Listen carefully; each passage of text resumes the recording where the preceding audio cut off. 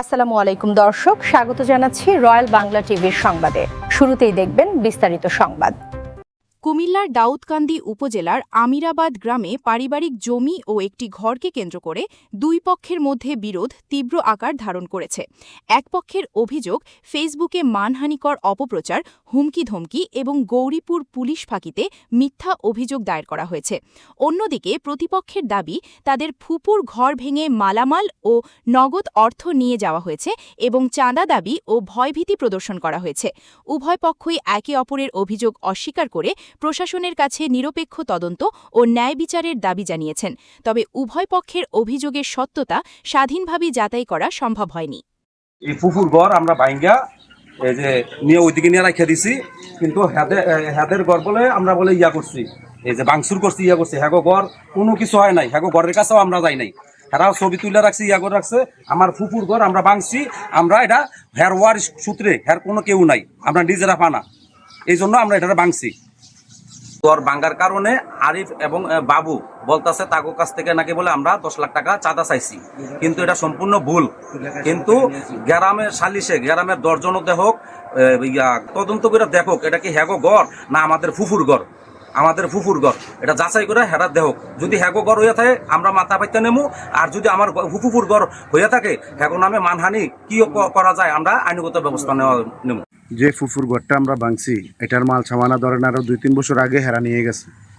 নিয়ে যাওয়ার পরে দেয়া ঘরটা খালি করে রয়েছে। এই ঘরটার ভিতরে এখন মাদক সেবক চলে, বাবাখানা চলে। তারা বাবা বেচা 10টা-11টা বাজে, অনেক লোক এদিক দিয়ে আসা যাওয়া করে।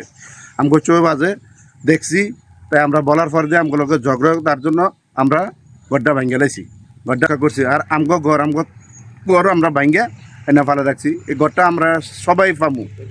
আমার শফিক ভাইয়ের বিয়া হেতে, তার নাম শফিক বিয়া।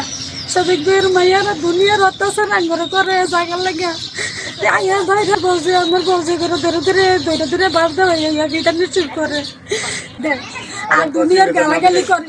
আমার কাছে আমার জেলা শফিকুল ইসলাম ভুইয়া, তার 2 ছেলে বাবু ও আরিফ ও তার 3 মেয়ে রাহেনা, নাসু ও পারভিন আমাদেরকে খুব অশান্তি করে। 1 শতক জায়গা নিয়ে খুব জ্বালা যন্ত্রণা করতেছে। হ্যাঁ বলতেছে হ্যাঁ বাহে বলে হুবুরতে কিনছে, এটা মিথ্যা কথা।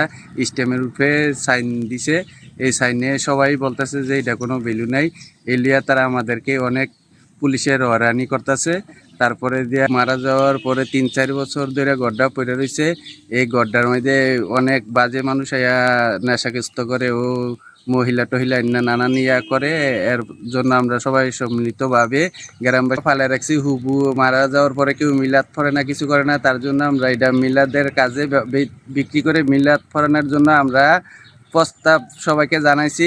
এর মধ্যে দিয়ে আরিফ তারা আমরা গড্ডা খোলার কারণে তারা ভিডিও কইরা আমাদেরকে নেড়ে সাইডা দিছে। আমরা বলে তাদের ঘর ভাঙছি, এটা মিথ্যা কথা। গ্রামবাসী সবাই জানে এটা হুবুর ঘর। এদিকে বিবাদী পারভিন আক্তার বলে, আমার নাম পারভিন আক্তার, আমার বাবার নাম শফিকুল ইসলাম ভুইয়া মৃত্যু। এই 1 শতক জাগার কারণে আমার স্বাস্থ্যদের তো বাইরা চাচারা এই আইন আদালত ফারিদ গিয়া বিচার আচার করে মীমাংসা করে দিছে।